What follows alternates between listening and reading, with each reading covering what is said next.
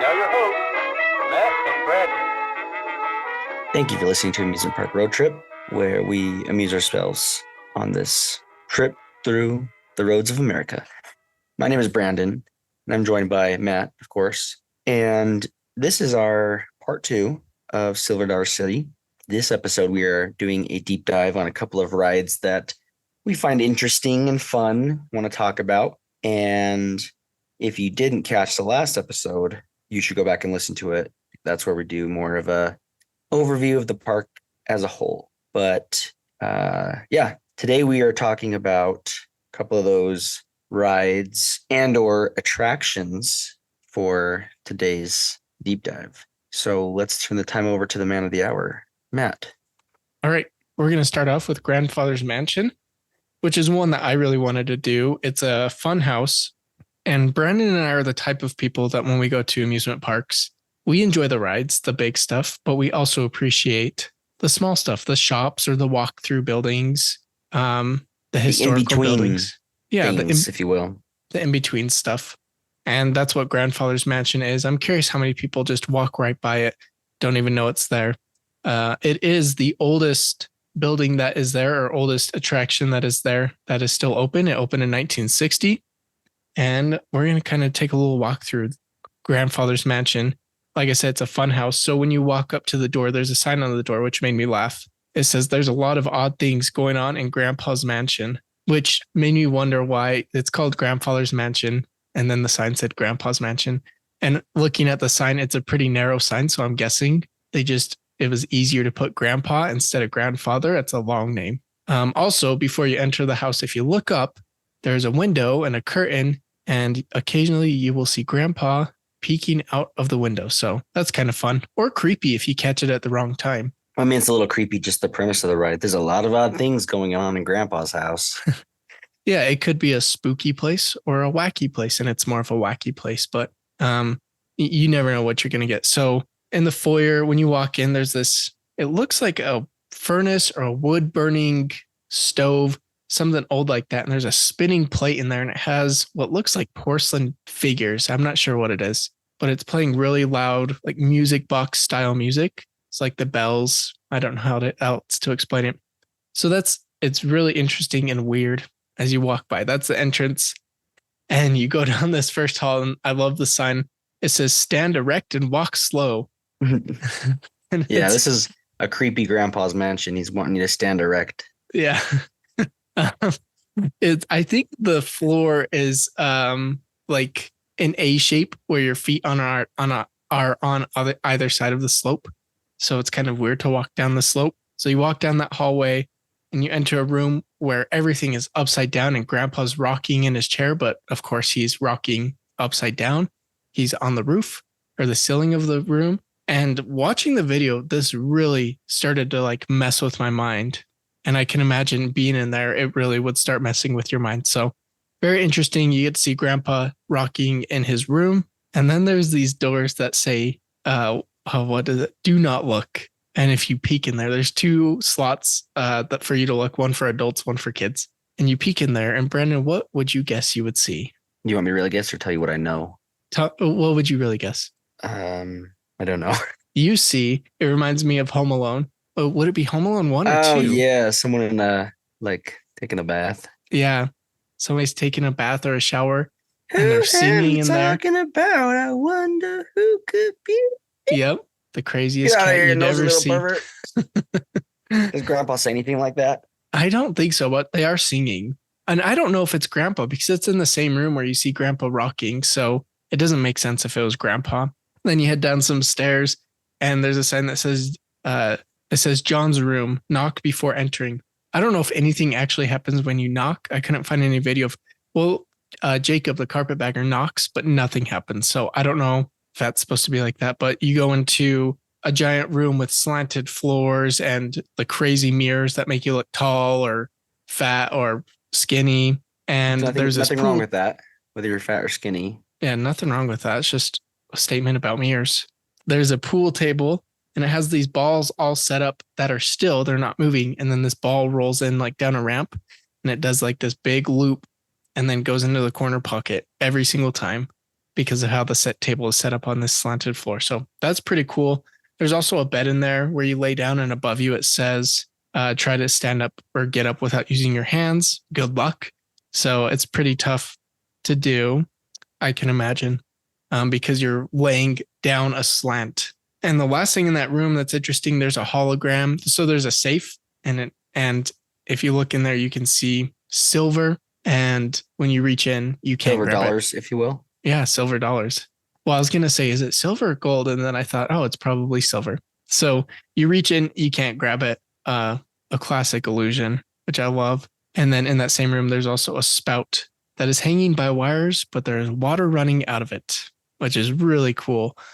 I've seen this effect before, and places I've seen it, it's really obvious how it's done. But this one is so convincing that I'm like, is that how they're doing it? I'm pretty sure it is, but it looks really cool. And then the final hallway is a slant. It's a big hill, like down, and there's, what would you call them? So mirrors on either side. Would you call it infinity mirrors or eternal mirrors? I don't know. Just a lot of mirrors that make it look like things are going on forever and ever. Yep. Kind of like infinity. Or eternally. Eternally. There you go. Yeah. So infinity mirrors, when you look in, and because it's on a slant, you can also, it gives you a better, instead of looking directly at yourself, you could see past yourself, if that makes sense. You could see all your reflections. So pretty cool. You forgot the random creepy picture with the eyes. Oh, I did. Yeah. Well, what do you know about that picture with the eyes? It's just a random creepy picture with scary eyes. Yeah, they're like white eyes, right? It just made me inspired to just put up random pictures of old-timey people in my house. Yeah. My kids just grow up and wonder, who is that person? You should do that. Yeah. Anyway, that's a quick walkthrough for Grandfather's Mansion. Again, a fun house that Brandon and I think would really appreciate. And I wanted to include that, even though we have bigger things to talk about in this episode. That's one thing we did not want to leave out. So moving on to bigger and better things. Madison Highway to Wildfire. Super exciting roller coaster. Opened April 4th, 2001. And it is a B&M coaster. Bollinger and Mablard. I listen to podcasts where they say what kind of roller coaster it is, and they assume you're a coaster enthusiast. And I'm like, I have no idea what a B&M coaster is or an S&S coaster. So I think we're saying that right. Bollinger. So you're annoyed by those podcasts that put that in and you don't know what it is, but we're doing the same thing. But we're telling you we don't know what it is. We're just saying the things. Yeah. So this one is a Swiss coaster manufacturer. It is a classic looping coaster. And I think the biggest draw of this ride, I mean, it's a roller coaster. There's draw just in that alone, but it has got some very beautiful scenery and it looks like super smooth ride. But I mean, I think that can go for a lot of the rides in this park. It's just the scenery and the trees is something else. And this one is no exception. Yeah, it is beautiful. Well, not much more to say on Wildfire. We did want to cover it because last week it was just like, yep, and now we're walking past Wildfire. Maybe the point of the ride is if there was a wildfire, this would be the coolest one to be on because of all the trees. Maybe. Or it moves quickly. Maybe that's probably more likely. Maybe at the end, Smokey the Bear animatronic is like, only you could prevent wildfires. Did that sound like him? That sounded just like him. Maybe. Yeah. I mean, it looks amazing. It looks super smooth. And there's a ton of loops and inverted loops and things like that. So that is it for Wildfire. Powderkeg is the next one. And when I originally was doing my research, I kept referring to it as Powerkeg. And I'm like, I think that's like isn't that a keg move? Like a keg stand? A power keg? I don't know. Yeah. Well, neither do I. I trust you, party boy. Yeah. It is Powderkeg. So I mentioned last week in our episode, one of my friends went, him and his family, the Benedicts. And so actually, Brandon, you know them. So, Brandon and I were friends with the Benedicts. And these are the jokes we should be making when we talk about Canada's adventure wonderland. But yeah. Being friends with the Benedicts. Friends with the Benedicts. Anyway, for me and Brandon who get that joke, I don't know if anybody else will. I mean, it's obvious, but it comes from a TV show. So they're really not the Benedicts. I just wanted to say that. So my friend went, I asked him, what his favorite coaster was. And I fully expected him to say Time Traveler because I think he mentioned he went on that a lot, but he said Powderkeg was his favorite. He said it was really smooth. It opened in 2005 and it's really interesting. So this is one where you've got to watch. Well, we encourage you to watch videos of all of these coasters. In fact, I think there's a one long video and it's like all the coasters at Silver Dollar City. But this one, you're in your train, you're in your cart, you pull forward and then the track moves up vertically. Or how would you describe this? What's the word I used? Laterally. I think that's correct how you would describe it. It moves up laterally. Like a ladder, how a ladder goes up. Yeah. It's like an elevator, a sideways elevator. A rose, such a clatter. Yeah, that's exactly what I thought of too. So it's really interesting, something you have to see. So it takes you up, puts you on the main track, and then it shoots you off. And you go straight up a lift or a hill and then straight down. So that would give you the feeling, when your stomach goes up to your throat. Not like you're going to throw up, but when you get the pee-pee tickles. I'm going to leave that part out. That's why we love roller coasters so much. Yeah. The interesting thing about this coaster, which I would not have known, doing my research, I've read about it a few times, but then one website I found that mentioned this and I couldn't find any video of this. So again, it opened in 2005. So you would think maybe there would be video of it, but it started out as a water coaster and it had water features. And I couldn't find any footage of this. I don't understand exactly where the water was, but after a few years, they changed it and they added the launch and the hill at the beginning. But the interesting thing is that a different manufacturer made the changes. So the person writing this article said, I'm a coaster nerd, so I can tell where the coaster changes, the pattern, the track style changes. But for most people, they wouldn't even know. So I think that's really interesting where they took a coaster. Maybe it just wasn't working out or the water was causing too much wear that they didn't expect. So they decided to remove the water features. But I found that very interesting that they're like, all right, we're removing the water. Let's add this launch here. And so a pretty cool roller coaster. I would definitely want to ride it. Like I said, my friend said it was his favorite and he said it was really smooth. And that is Powderkeg. Next, we have Outlaw Run, opened March 15th, 2013. And I actually have heard of this company. It is one of the first Rocky Mountain construction coasters. It is a wooden coaster, but the wheels actually run on a steel layer on top of the wood. Bet you didn't know that. I didn't know that. It does. It looks like a full-on wooden roller coaster, and it also looks like it's going to fall apart.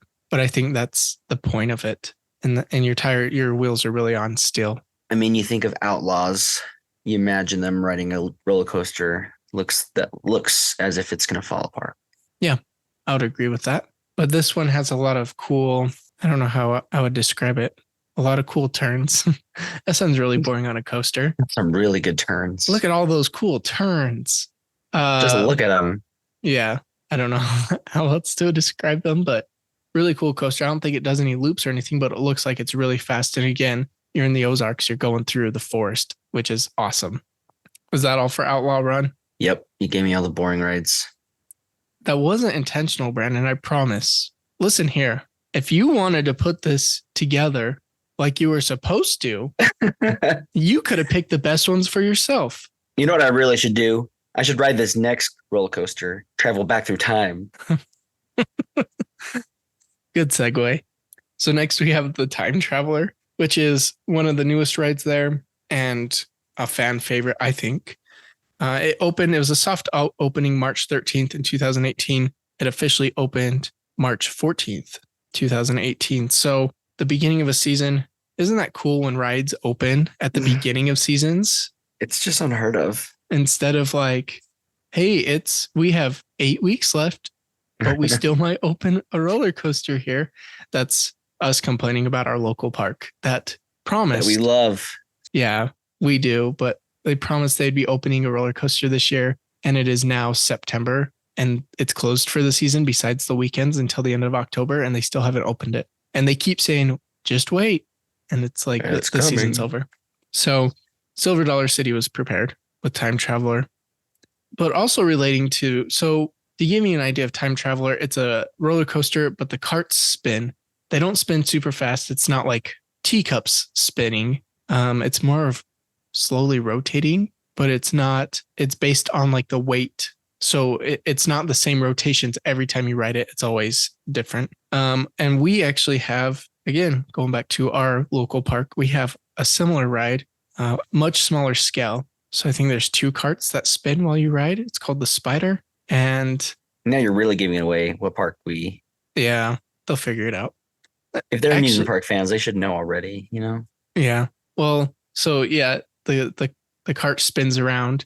There's 2 funny things about the Spider. Well, the second's not funny. There's something that's actually really famous about the Spider and people just don't realize it's that roller coaster. But if you've ever seen pictures, it's gone around. It's been on TV shows, like featured on comedy shows or whatever. It's a spiked fence and it says, "Do not sit on fence." Please do not sit. Yeah.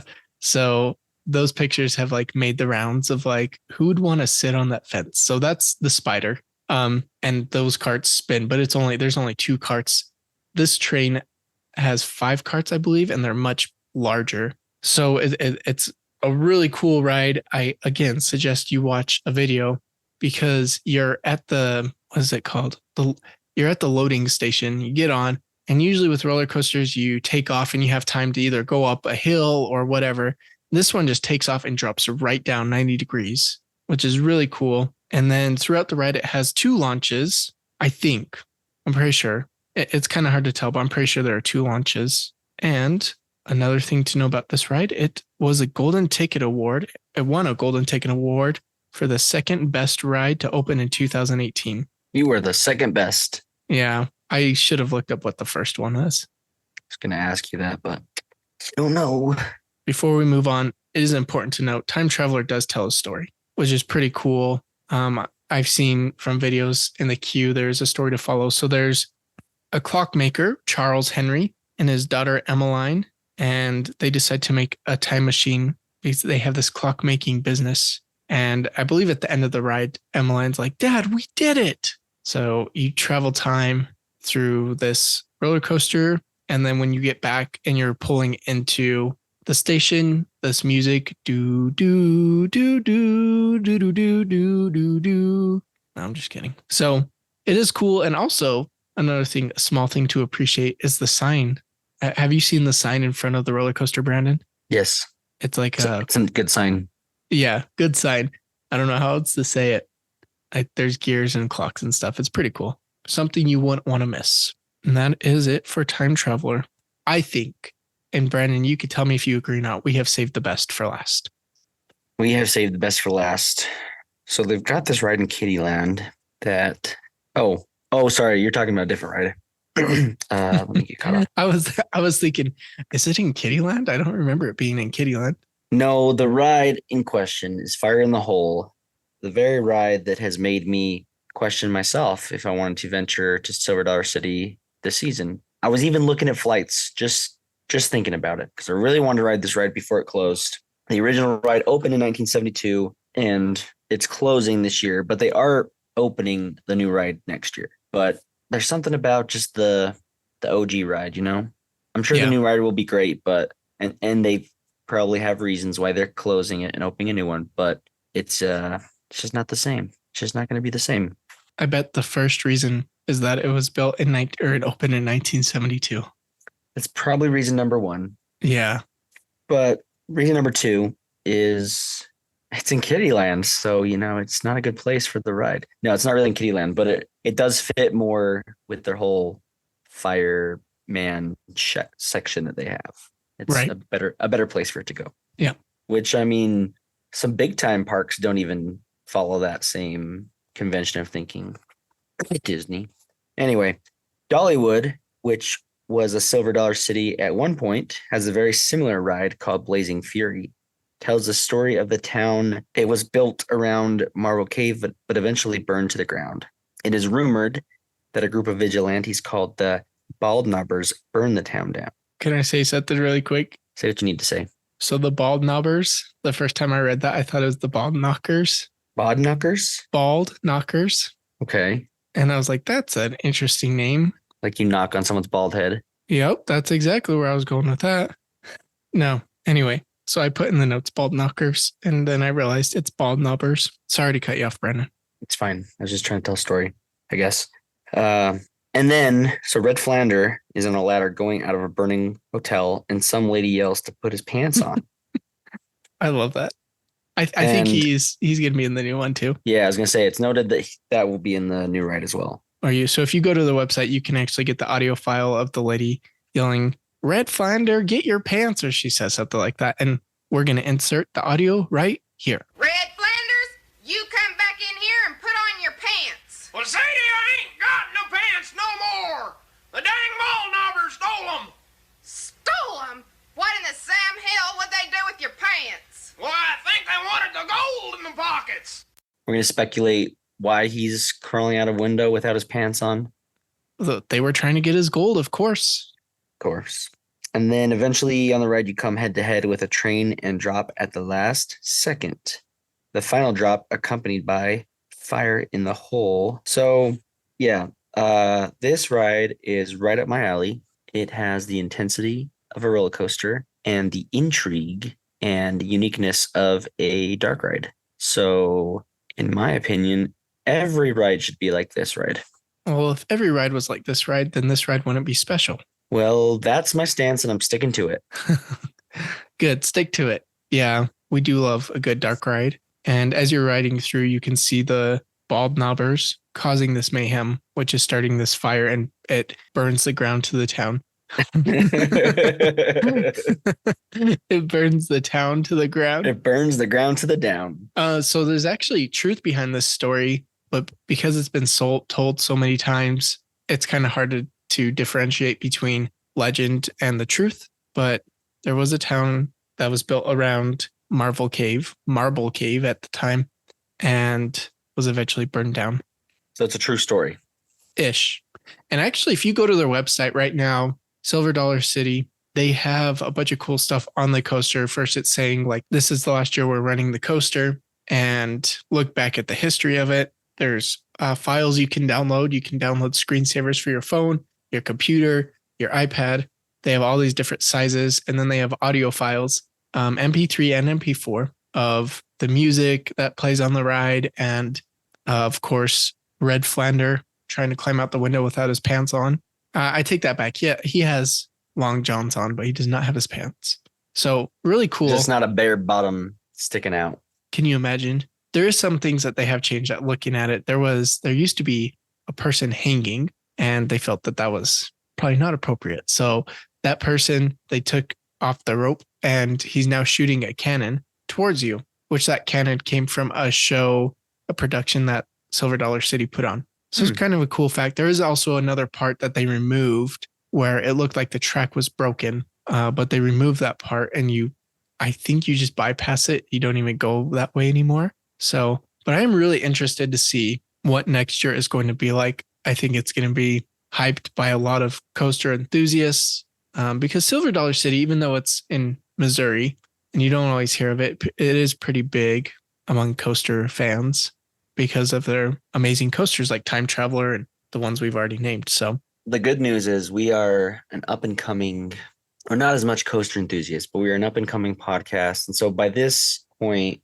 we're already exploding. So I'm sure it's just a matter of time before we get our invite ahead of the opening of Fire in the Hole Part 2 to come and check it out and do a whole podcast on it. Silver Dollar City, this is our official acceptance. So just if you've already invited us, just go back and listen to this episode, and you'll hear us saying, yes, we will be there. All expenses paid. Thank you. I think that's perfect. Yeah, we accept. We'll be there. We'll be there. One of the podcasts I listen to, it always starts out, the intros like the original amusement park podcast or original roller coaster podcast or something. I enjoy listening to it. And they did a live episode with the president of the park or the owner of the park, whoever, when Time Traveler opened. So I imagine they will be there. And yeah, we'll get to meet them. That's cool. We'll get to meet them in person. So that'll be really cool. I wonder if they update the audio. Can you imagine since 1972, you hear the same voice going, fire in the hole. And then you go to the new ride next year and somebody's like, fire in the hole. Can you imagine? Or they just use AI. Fire in the hole. Fire in the hole. Yeah. One can only hope it'll be that great. I think they will preserve that's iconic. Fire in the hole. And again, going back to the website, if you go there, they have a little history video. I think it's like 5 minutes if that. And it just shows the history of the ride, which is really cool. And then they have, I think, a park produced point of view ride through, because it's kind of hard to, well, if you find some on YouTube, it's so dark, you can't really see it. And so this one's actually pretty good quality. They won't let people film on this ride. They don't? Mm-mm. Oh, well, Jacob, a carpetbagger, they're coming No, after Jacob you. said in his video, he said, I can't film in the ride, so I'm using someone else's footage with their permission. Oh, okay. So he filmed it like a long time ago. Oh, okay. The video I watched, he said he made that note, but That might have been his most recent visit. either way, it's an awesome ride, an awesome park, and one that we look forward to visiting soon. It was 5 years ago. And when Jacob wrote it, the man was still hanging. Oh, wait, no, he's not hanging there, but he's wearing a creepy mask. It's like a ski mask with horns. Yikes. So anyway, I think that's it, Brennan. That was quick. Yeah, just give a shout out to the train ride. I'm a big fan of the train rides at amusement parks. And so this one is especially awesome since they theme it around Halloween and stuff like that. Imagine, or maybe around Christmas. Anyway, it's really cool because just the scenery at this park, I think, is just, it's top notch. So, Have you watched the video of the train ride where there's actors? mm-mm. So it stops midway and they put on a little show. And then they awkwardly walk down the line with their hands like this, which listeners can't see, but I'm cupping my hands, and they ask for tips. Very cute. But they don't say tips. Can you spare any change or something like that? Can you spare any change? We didn't cover all the rides, but some that we really would want to ride and we think are pretty cool. So let us know what your favorite ride is at Silver Dollar City, your favorite thing, ride, attraction, or in between. Let us know on the social medias. Or you can fax us at, no, I'm just kidding. 555-5555. Thanks for listening to Amusement Park Road Trip. Join us next week as we uncover something enchanted.